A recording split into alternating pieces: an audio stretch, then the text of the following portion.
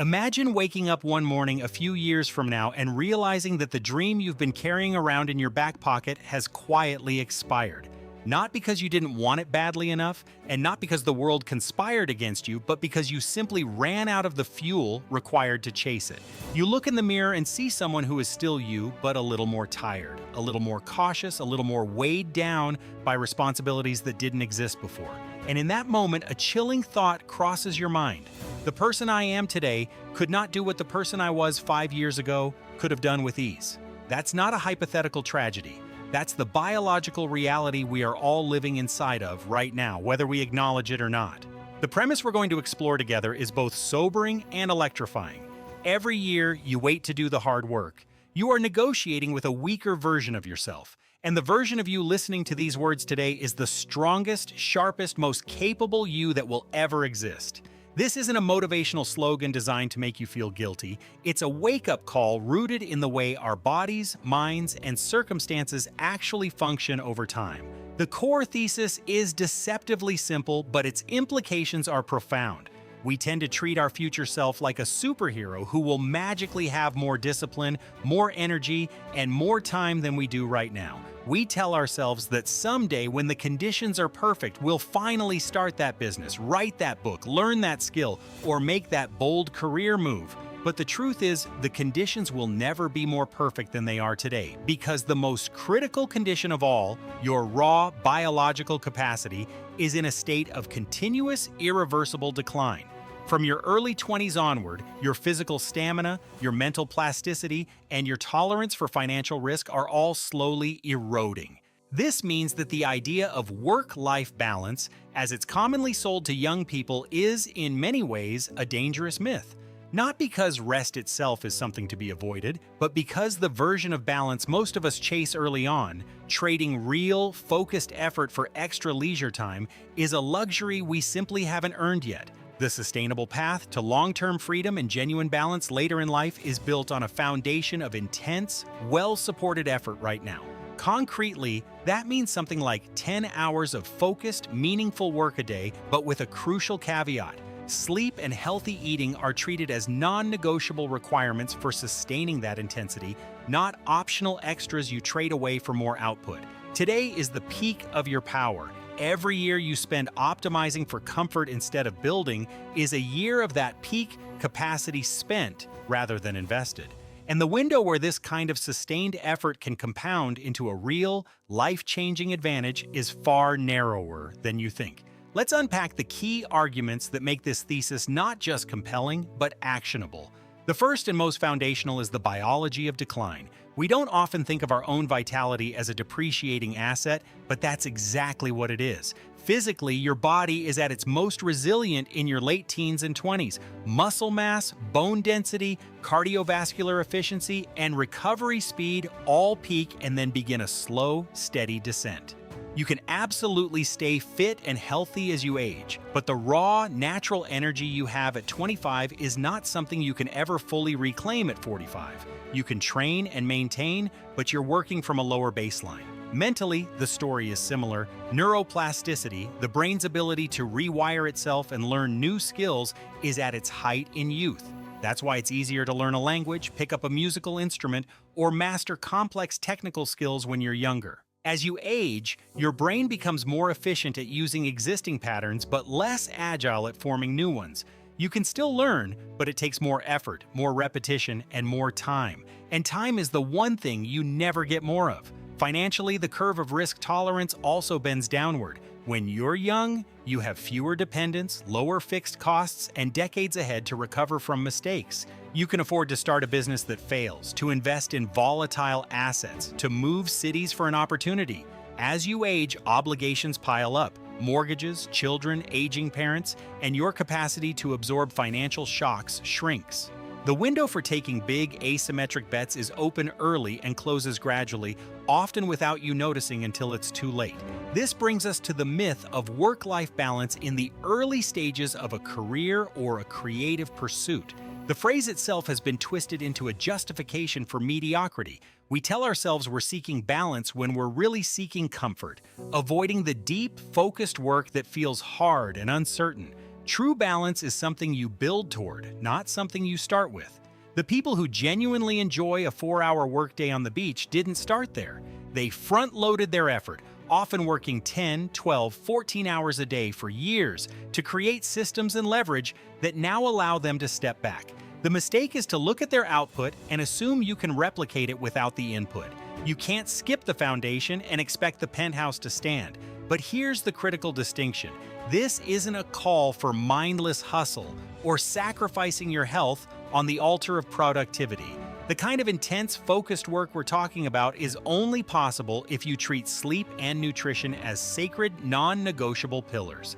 Sleep is not a luxury, it's the maintenance cycle for your brain and body. Without 7 to 8 hours of quality sleep, your cognitive performance degrades, your emotional resilience crumbles, and your physical energy tanks. You might feel heroic pulling all-nighters, but you're actually negotiating with a much weaker version of yourself the very next day. Similarly, food is fuel, not entertainment. If you're running a high-performance engine, you don't pour sludge into the tank and expect it to win races. Whole, nutrient-dense foods, proper hydration, and consistent meal timing are what allow you to sustain 10 hours of deep work day after day without burning out. The goal is not to work more hours by cutting sleep, it's to work more focused hours by protecting the biological foundations that make focus possible. Now let's talk about the concept of compounding effort. We all understand compound interest in finance. A small amount invested early grows exponentially over time. The same principle applies to skills, relationships, and reputation.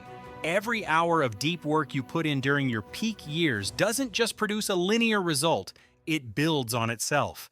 The knowledge you gain, the network you build, the body of work you create, all of it compounds. If you start at 25 and invest 5 years of intense effort, by 30, you have a base that will continue to grow even if you ease off the accelerator. But if you wait until 35 to start, you're not just 5 years behind. You're missing the compounding that those early years would have generated. And you're doing it with less energy, less neuroplasticity, and more life friction. The math is brutal but fair. This is why the phrase, "every year you wait, you negotiate with a weaker you," is so powerful. It's not just about the year you lose, it's about the version of you that has to do the work. The you at 25 can learn a new programming language in 3 months of focused effort. The you at 40, juggling a mortgage and kids, might need a year. The task hasn't changed, but your capacity to execute it has. You're handing the same assignment to a less capable contractor and expecting the same result. That's a negotiation you will always lose. To make this concrete, let's look at some notable examples and stories that illustrate the principle. Consider the classic tale of two friends, both equally talented and ambitious. One decides at 24 to start a side business while working a day job. She dedicates her evenings and weekends to it, putting in roughly 10 hours of focused work on top of her regular job. She sacrifices nights out, binge watching, and casual socializing. It's hard, but she protects her sleep and eats well, so she sustains it. By 30, her business replaces her income, and she has the freedom to scale back, travel, and spend time with family. The other friend keeps saying, "I'll start when I have more experience, more savings, more time." At 34, with a new mortgage and a toddler, he finally takes the leap. But now his energy is lower, his learning curve is steeper, and his financial risk is higher because he has dependents. He's negotiating with a weaker version of himself, and the same level of success takes far more out of him. This isn't a fable, it's a pattern that plays out in countless lives. Another example comes from the world of athletics. A gymnast or a swimmer knows that their physical peak is in their late teens to early 20s. If they don't put in the grueling focused training during those years, they will never reach the elite level. They can't decide at 30 to start training for the Olympics and expect the same result. Their window is biological and it closes. For knowledge workers, the window is wider but still real. The brain's raw processing speed and ability to form new neural connections decline gradually from the mid-20s. That doesn't mean you can't learn later, but it means the cost of learning goes up. The story of the entrepreneur who started at 40 and succeeded is often celebrated, but we rarely hear about the thousands who tried and failed because they couldn't sustain the intensity. Survivorship bias hides the negotiation that most people lose. Of course, we need to address the counter-arguments and critiques honestly, because this philosophy can sound extreme and even dangerous if misunderstood. The most common objection is that this is a recipe for burnout. If you're working 10 hours a day, every day, won't you crash? The answer depends entirely on how you define those 10 hours and what you do with the other 14. If you're doing shallow, reactive work, endless emails, meetings, busy work, then yes, you'll burn out. But if you're doing deep, meaningful work that engages your skills and moves the needle, and if you're protecting your sleep, nutrition, and some form of physical activity, then 10 hours is not only sustainable, but deeply fulfilling. Burnout comes not from hard work, but from a lack of progress, autonomy, and recovery. The key is that rest is not the enemy, it's the prerequisite. Another critique is that life is meant to be lived now, not deferred. Why sacrifice your youth for a future that may never come? This is a valid emotional point, but it sets up a false dichotomy. The goal isn't to defer all joy, it's to invest your peak years in a way that creates more joy and freedom over the entire arc of your life. The person who parties through their 20s and wakes up at 35 with no skills, no savings, and no direction hasn't really lived more. They've just consumed their future for fleeting pleasures. There's a middle path. You can work intensely and still have rich relationships, hobbies, and experiences. It's about intentionality, not deprivation. Some will also point out that many successful people started late. Colonel Sanders founded KFC at 65. Vera Wang designed her first dress at 40.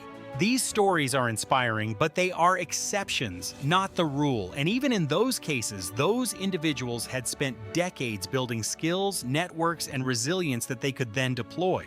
They weren't starting from zero, they were pivoting with a lifetime of accumulated capital.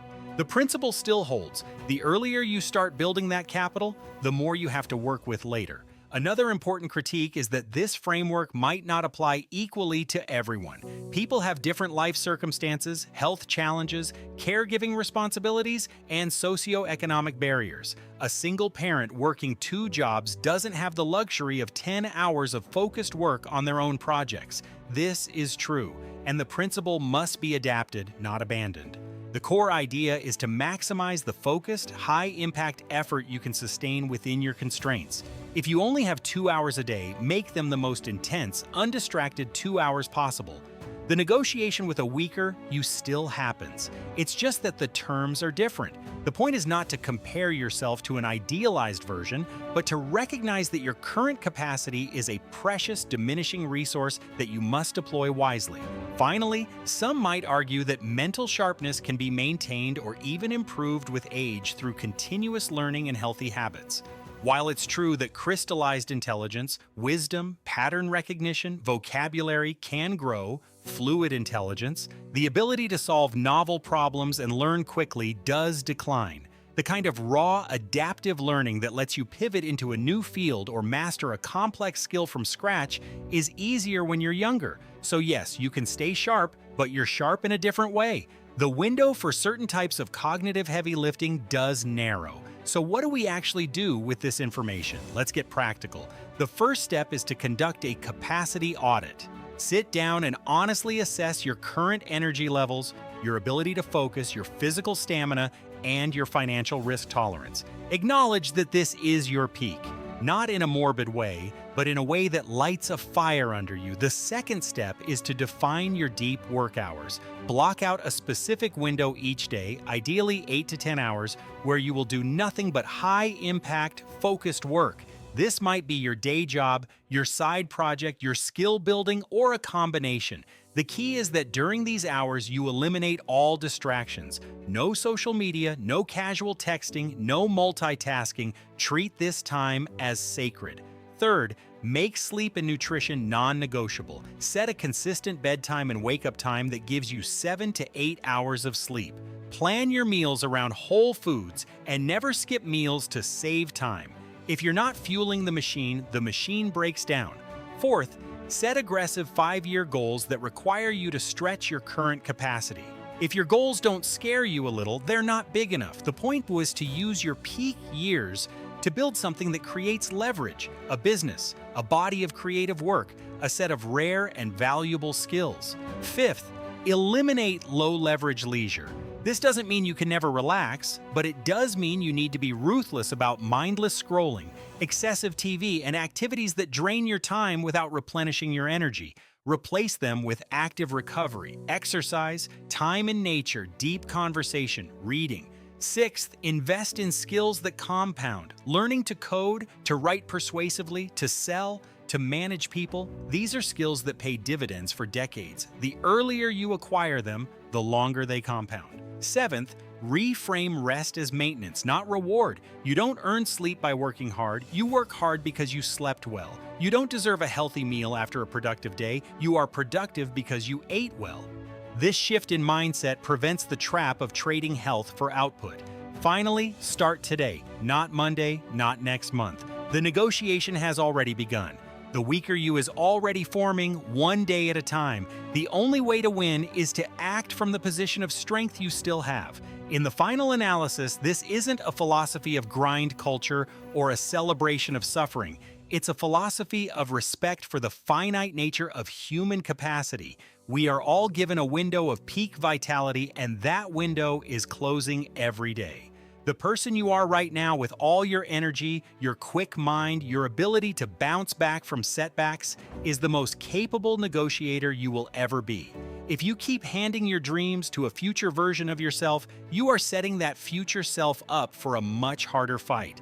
The deal you make today determines the life you live tomorrow. So ask yourself, what is the one thing you've been putting off? The one bold move you know you need to make?